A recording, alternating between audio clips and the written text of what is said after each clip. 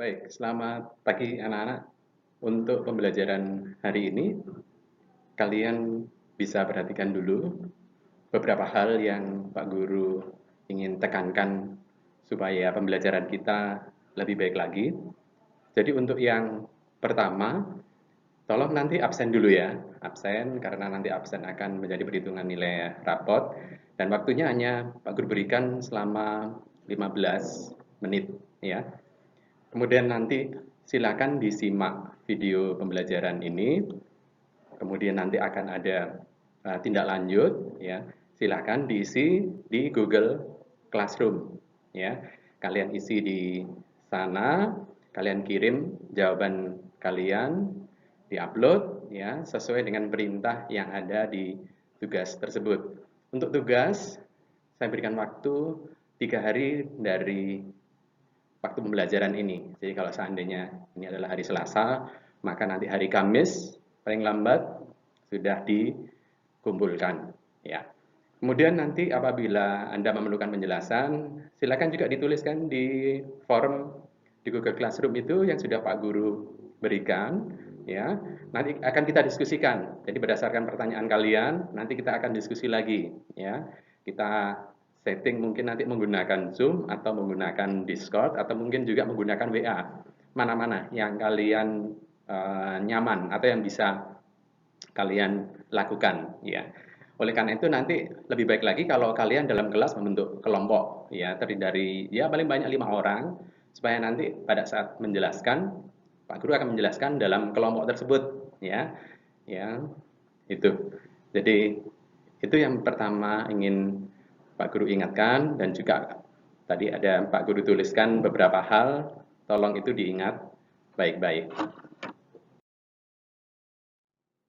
Nah, berikutnya untuk kalian belajar di materi yang baru, Pak Guru ingin kalian menyimak terlebih dahulu prasyarat pengetahuan yang harus kalian kuasai, harus kalian ketahui sebelum mempelajari materi yang baru ya. Jadi kalian perlu memahami dulu tentang ikatan kovalen. Jadi apa itu ikatan kovalen? Nah, kalian ingat ada beberapa golongan unsur yang dapat mengikat, saling mengikat ya dengan menggunakan ikatan ionik, ada yang menggunakan ikatan kovalen ya. Nah, Pak Guru langsung aja memberikan contoh untuk yang unsur-unsur yang dapat berikatan dengan menggunakan ikatan kovalen. Pak Guru ambil contoh di sini ada unsur karbon ya.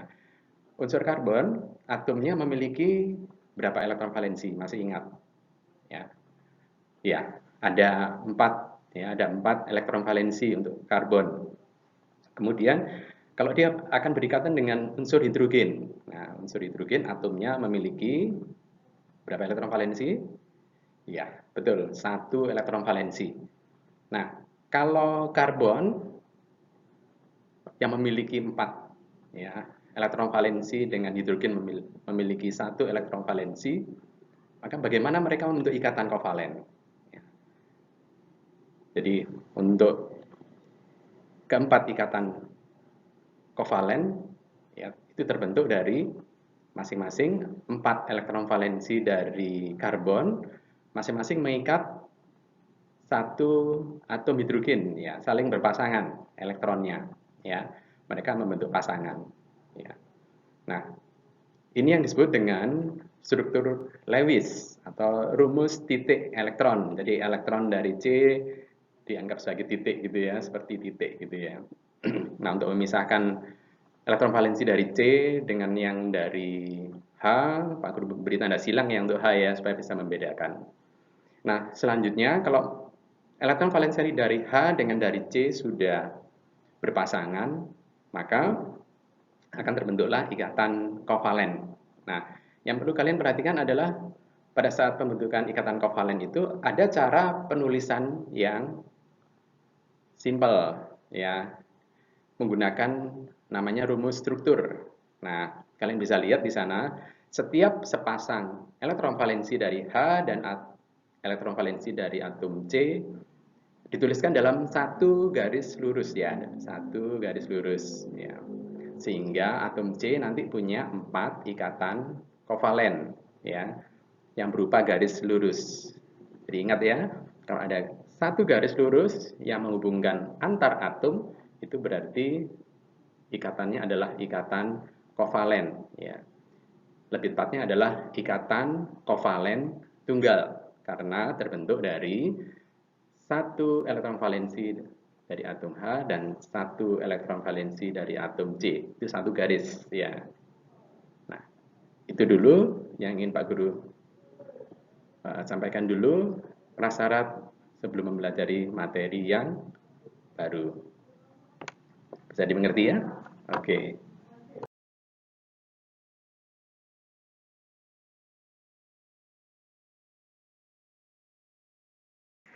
Ya, baik, anak-anak.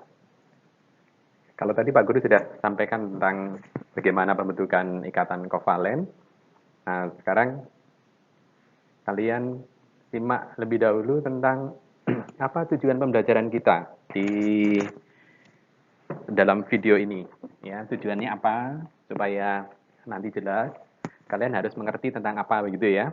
Jadi untuk yang pertama, yang Pak Guru inginkan, yang Pak Guru harapkan, kalian nanti bisa memahami ikatan kovalen dalam senyawa hidrokarbon. Nah, untuk senyawa hidrokarbon ini adalah senyawa yang terbentuk dari unsur hidrogen, hidro ya, dan karbon.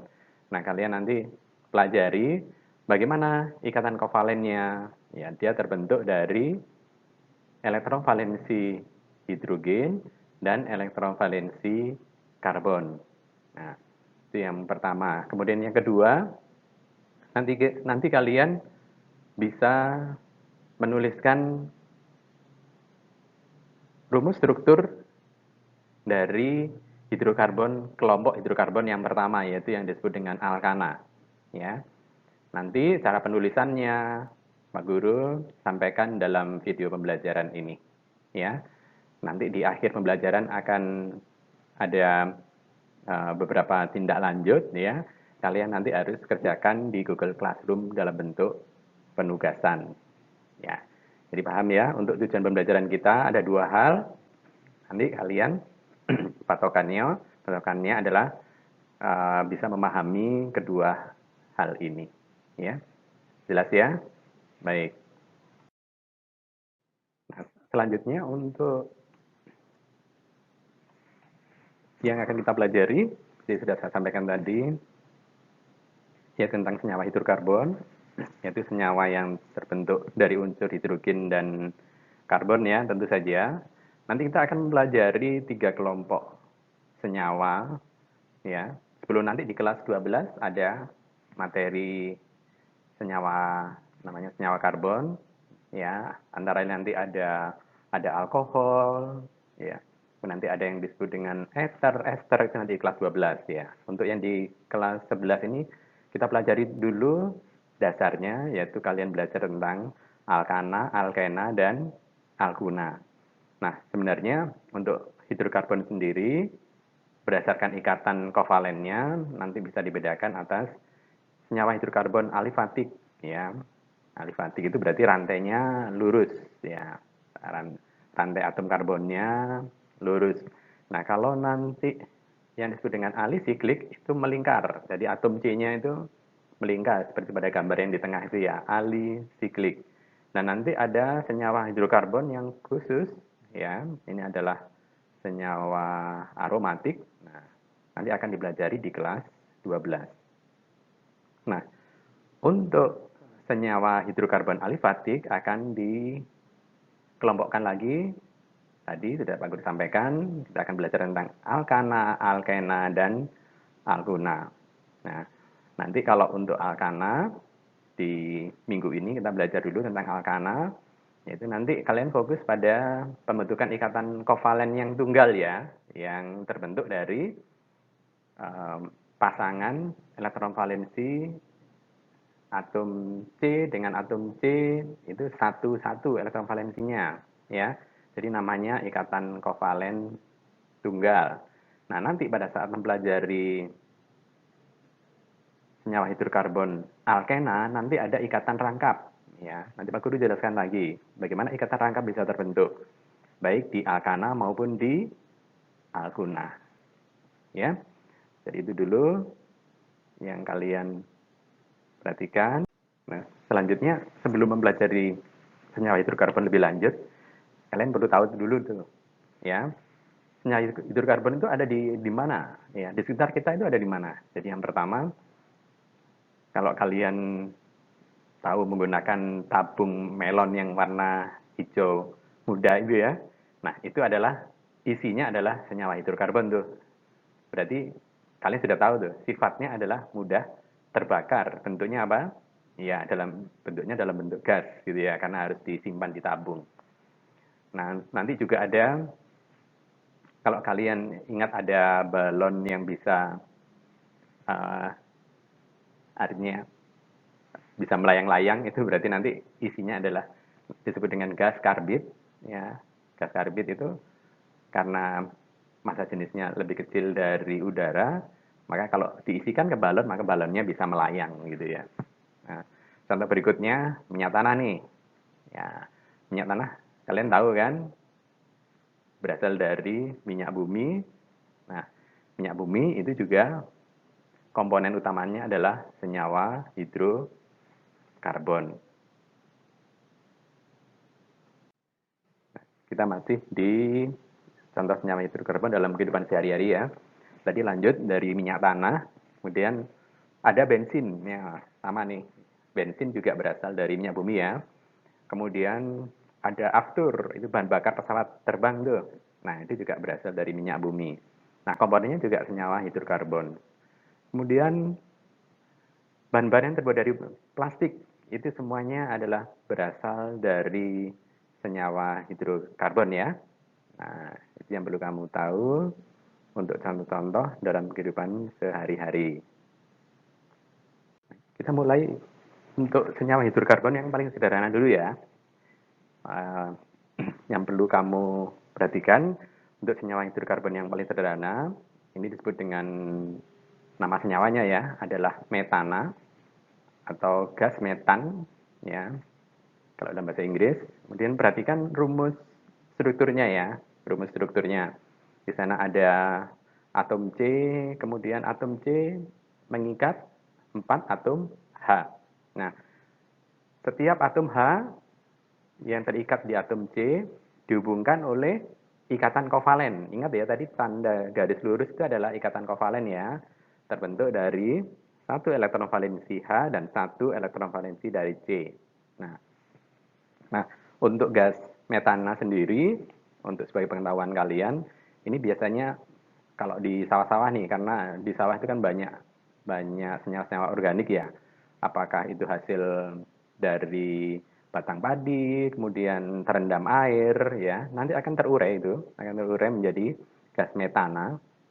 Dan kalau cukup banyak, maka udara di sekitar kita akan semakin panas nih. Coba kalau ke sawah gitu ya, pasti udaranya akan lebih panas, terutama mungkin sawah yang setelah panen padi kemudian terendam air, ya itu pasti akan lebih panas, ya. Dan tentu saja kalau gas metan ini terlalu banyak, maka juga akan mempengaruhi kondisi suhu global ya, akan mempengaruhi suhu global kita. Selanjutnya, kalau tadi di senyawa metana itu ada 4 atom H ya, 4 atom H. Untuk senyawa hidrokarbon, atom H-nya ya, untuk atom C yang mengikat atom H itu tidak mengikat atom H melulu ya, tetapi bisa mengikat atom C lain ya. Dia akan memiliki ikatan dengan atom C lain atau bisa mengikat atom C lain. Nah, nanti untuk atom C ini karena dia sudah menggunakan satu ikatan kovalen dengan atom C lain, maka masing-masing akan ditambah 3 atom H yang tidak berikatan dengan atom C. Ya. Jadi nanti akan terikat 3 atom H di masing-masing atom karbon. Selanjutnya, kalau tadi sudah terikat dua atom C gitu ya. Nah, sekarang di atom C yang sebelah kanan juga bisa mengikat atom C lain ya. Nah, akan bisa mengikat atom C lain. Nah, satu atom hanya di atom C itu mengikat atom C lain. Jadi kalau kalian perhatikan, di sebelah kiri itu ada atom C yang mengikat 3 atom H. Yang di tengah, karena mengikat atom C lain, maka atom H-nya tinggal 2 ya. Ya. Karena apa? Karena setiap atom C itu hanya punya 4 ikatan kovalen atau 4 garis itu ya, garis strip itu ya. Itu satu ikatan kovalen ya.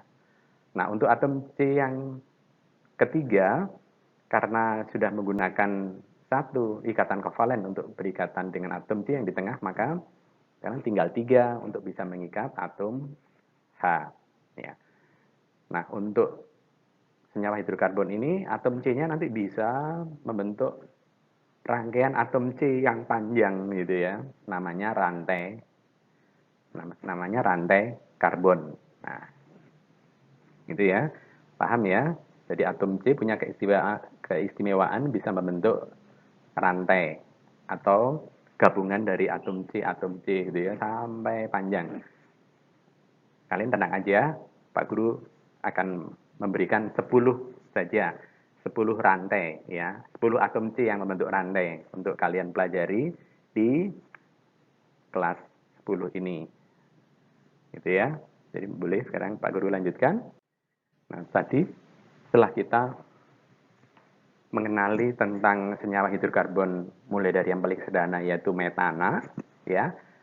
Satu atom C dengan 4 atom H. Ingat, atom C selalu punya 4 ikatan kovalen ya.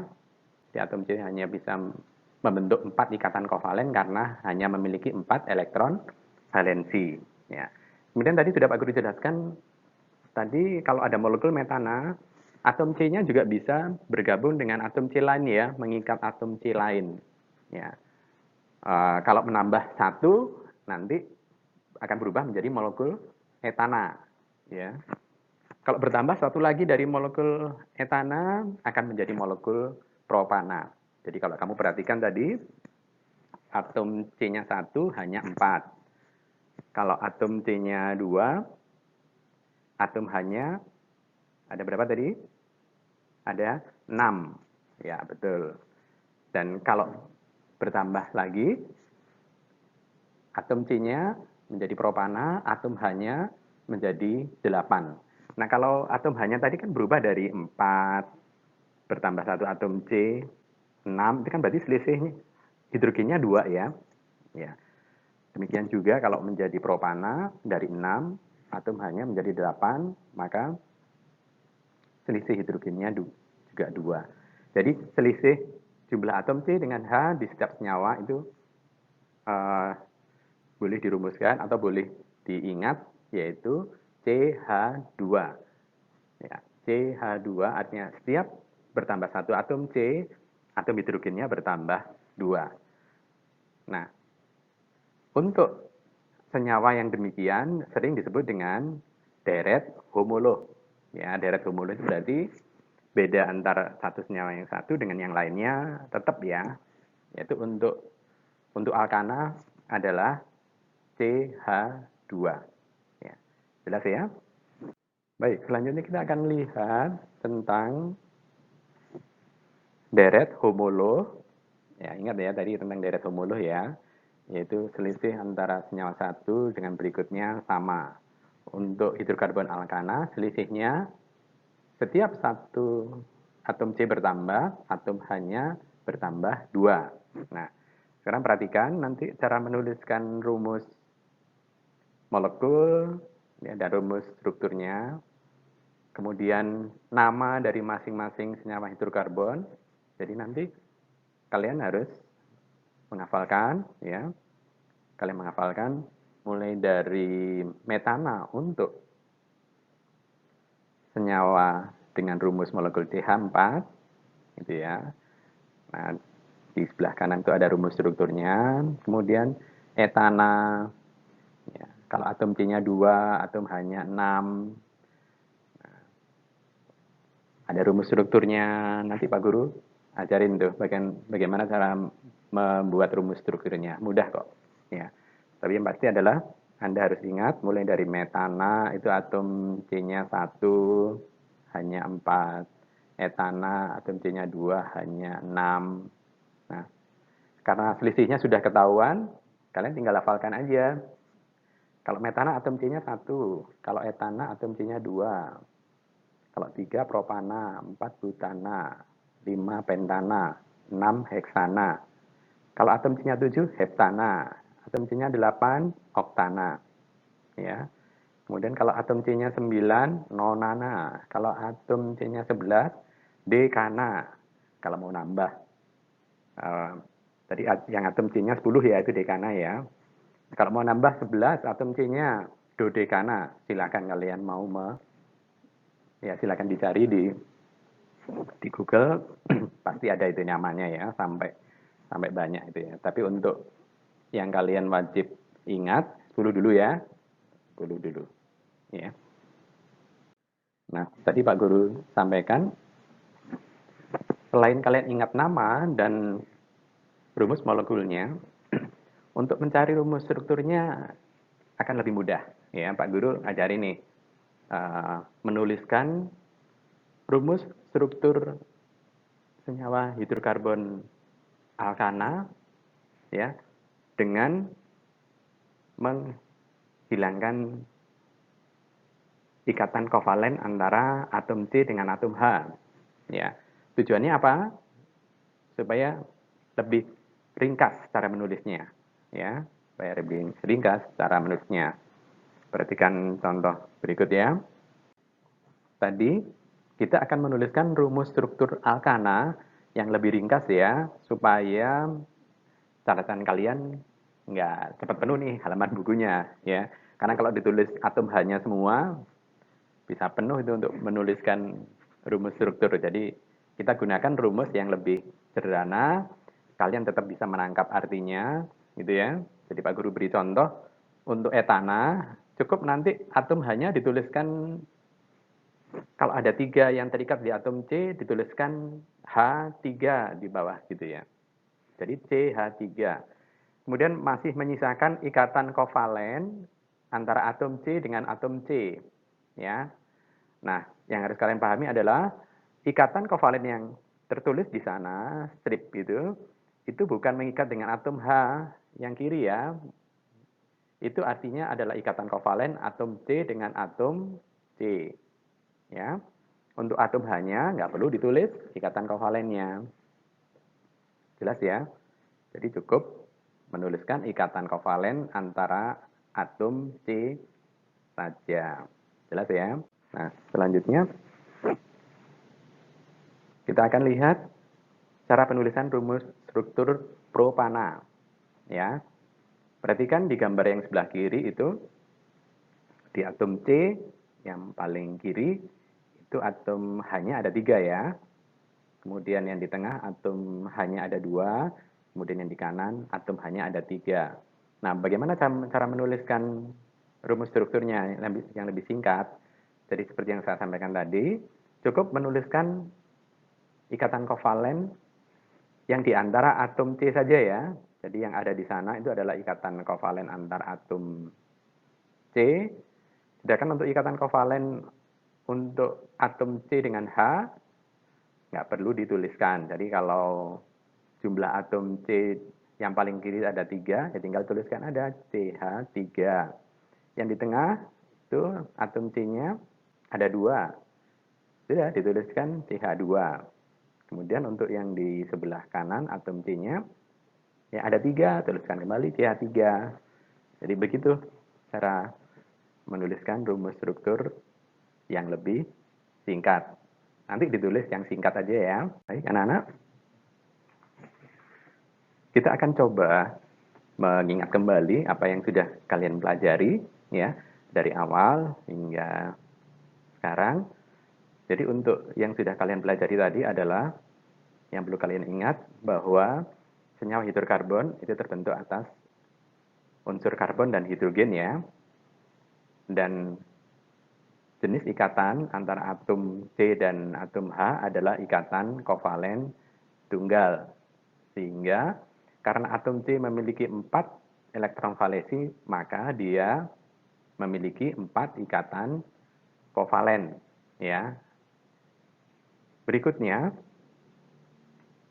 untuk kelompok alkana, deret homolog alkana,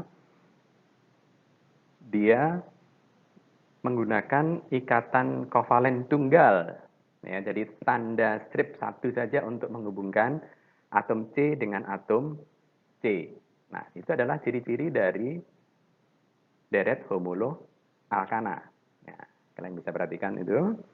Jadi, ikatan antar atom C-nya adalah ikatan kovalen tunggal. Ya.